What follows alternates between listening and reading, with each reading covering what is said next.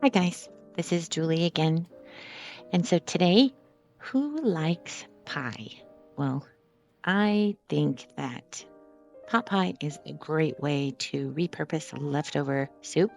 And since our last episode was chicken soup, um, what better way to use some of those and play how easy it is to make that into a pie? So I really, really love my favorite store-bought pie crust because I'm usually too lazy to make homemade. Pie crust is Mary Callender's pie crust. First of all, it is plant-based. It's vegetable shortening, not animal shortening in it. And you can look that up. But if you let pull it out of the freezer and let it get completely room temperature and then pull that shell out of one of the pans and just roll that out nice and flat, then you have a two shell crust right there in one package that you buy. They come in a two pack. So at this point here, you see I've rolled it out. If you like to put a decorative design on there, you could use some cookie cutters or freehand cut out, whatever you want, a leaf or a heart or whatever, cut it out and separate that. Then when you put the top on, you could just put the top on and then lay that cut out kind of right on top of it. Some people will put an egg white wash on the top of the pie crust. I don't do that. And some people will say that if you don't egg wash the inside of the crust and bake that before putting the soup in, that it might get soggy at the bottom. That did not happen to me. I just put it straight in the shell. And anyhow, so you're going to take your leftover soup and reheat it up so it's super hot, bubbly, and then just add some water to some flour and get that thickener ready. I Pot pie is just not the same for me without peas. So right there near the end when it's hot, I toss in about a cup of peas from the freezer, which I always have peas in the freezer. They're fabulous when you just thaw them out like fresh. Then you're going to pour your thickener in there that you've mixed with water, get in a nice thick consistency, and then um, give it a couple seconds there to thicken up and make sure it's going to be not too runny. Mine ended up being kind of runny. I could have probably thickened it a little bit more, but it, we liked it here, so it was fine. And then the bottom shell. So I just flatten out that crimp that it comes with. You're going to flatten that out, and you could even flatten it out and then cut off the excess so you don't have too much crust on the edge there.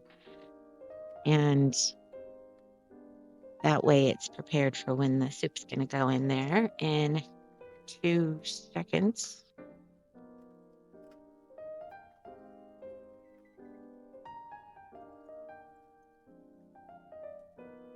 I didn't put the vent hole in my top shell until I put it on the pie, which was silly because the filling is hot, so it was already making the crust. Well, it's not a beautiful vent, but it's okay. It's us here, my house. I do what I want. I always put that on a pan too, because inevitably, if you don't put it on a pan, it's gonna overflow and muck up your oven, and nobody likes a mucked up oven. And if you, That's a handy trick where you just roll it on the rolling pin, and then you can easily put it onto the pie. And so here you're taking the top shell and holding it under the edge of the bottom shell, and that seals it in there. So it's going to be less likely that it's going to bubble up and come out between the seams of the two shells. So I just kind of crimp it together straight up and smooth and straight up at first. That way I've got a clean slate for however I want to crimp the sides, which I normally do what I call the double pinky method. And it just makes kind of a little swirly rope sort of a look on it, and it's so fast and simple. I didn't get a very good angle there for recording that, actually, but there you can see it again over on this side. It's just simple pinching it together. I could have removed a little more of that outside crust because it did kind of end up being a little too heavy for the edge and part of it flopped down a little bit. It was still fine. It didn't overflow or anything. So it's all ready. Go in the oven. The oven's preheated at 350 degrees Fahrenheit. I ended up putting it in there for 40 minutes. Set my timer there. And then another 20 after I covered the this. This scraper I love. It's especially good if you've got a bunch of grated cheese on the counter and it just mucks up your sponge, but it's hard to wash up. That scraper just scrapes it right up clean, and then you can do just a finishing wipe down. I've got these silicone crust covers. I have no idea where I got them, but they're pretty handy. And since they're in quarters, depending on the size of the pie, it fits pretty much any size pie that I do because I think it's got 6 pieces actually. You could just use foil though too. Just foil, fold over the edges with some foil to keep the outer edges from getting too brown. And then I just let that cool on the rack a little bit before I cut it because we want it to kind of hold its shape a little bit, but you don't want it to be cold when you eat it either. So kind of a balance there. And so there we waited 15 minutes and took it off the rack. I used a fresh spinach garnish because I just love spinach, especially raw. I just laid that under there like a little pie bed. You could do this with leftover turkey soup, leftover chicken soup, leftover vegetable soup, whatever you like. And you just do it the same way.